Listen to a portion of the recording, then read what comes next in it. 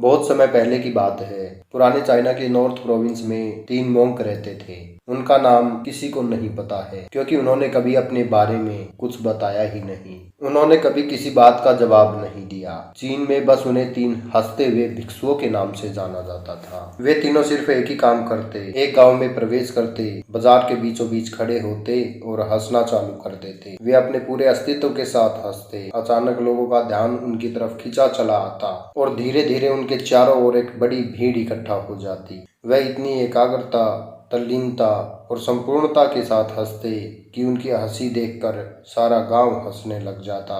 जब वह पूरा गांव हंसी के समुद्र में डूब जाता तो वे दूसरे गांव चले जाते। वे ना तो कुछ बोलते थे, ना ही कुछ उपदेश देते और ना ही कुछ शिक्षा। वे जहां भी जाते अपनी हंसी से ऐसा माहौल बना देते कि लोग अपने सब दुख दर्द भूलकर बस हंसने लग जाते। धीरे धीरे चाइना के लोग उन्हें बहुत प्यार करने लगे और वो पूरे चाइना में फेमस होते गए 3 लाफिंग मॉन्क्स के नाम से। चाइना के लोग उन्हें बहुत प्यार करते और उनका सम्मान करते। इससे पहले और उसके बाद भी कभी किसी ने इस तरह से प्रचार नहीं किया कि जीवन केवल एक हंसी होना चाहिए और कुछ नहीं। वो विशेष रूप से किसी पर नहीं हंसते थे। वे हंसते थे जैसे उन्होंने ब्रह्मांडी मजाक को समझ लिया हो, जैसे उन्होंने ईश्वरीय मजाक को समझ लिया हो। और उन्होंने एक शब्द का उपयोग किए बिना पूरे चाइना में इतना आनंद फैलाया जितना आज से पहले किसी ने ना फैलाया था। लोग उनका नाम पूछते लेकिन वो बस हंसते। तो यह उनका नाम बन गया 3 हंसते हुए भिक्षु, 3 लाफिंग मॉन्क्स। पूरे चाइना में घूम घूम कर लोगों को हंसाते हुए समय के साथ वो तीनों बूढ़े हो गए।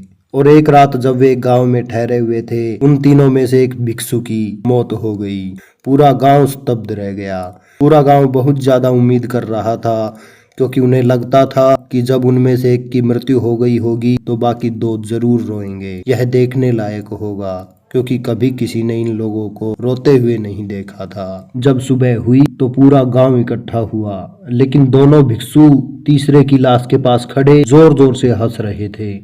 ऐसी हंसी जैसी उन्होंने आज से पहले कभी ना हंसी हो। गांव के कुछ बड़े बुजुर्गों ने उन्हें समझाने की कोशिश की कि यह आपका साथी था और इसकी मृत्यु पर आपको हंसना नहीं चाहिए। तब उस दिन पहली बार उन भिक्षुओं ने लोगों से बात की और कहा, हम हंस रहे हैं क्योंकि यह आदमी जीत गया। हम हमेशा सोचते थे कि पहले कौन मरेगा, लेकिन इस आदमी ने पहले मरकर हमें हरा दिया। हम अपनी हार व इसकी जीत पर हंस रहे हैं। इसके अलावा यह कई वर्षों तक हमारे साथ रहा। हम एक साथ हंसे, हमने एक दूसरे की मौजूदगी, उपस्थिति का आनंद लिया। उसे अंतिम विदा देने का इससे बेहतर तरीका और क्या हो सकता है।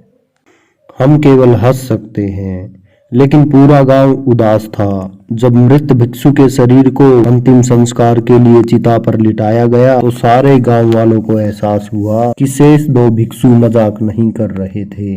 वह तीसरा भिक्षु जो मृत था वह भी हंस रहा था। चीन में यह प्रथा थी कि जब एक इंसान की मृत्यु हो जाती थी तो उसके पुराने कपड़े उतारकर उसे नहला धुलाकर उसे नए कपड़े पहना दिए जाते थे। लेकिन मरने से पहले उस भिक्षु ने अपने साथियों से अपने कपड़े ना बदलने के लिए कहा था। तीसरे भिक्षु ने कहा था, मुझे स्नान मत करवाना, क्योंकि मैं कभी अशुद्ध हुआ ही नहीं। मेरे जीवन में इतनी हंसी आई कि कोई अशुद्धता जमा ही नहीं हो सकती थी। मैंने कोई धूल जमा नहीं की है।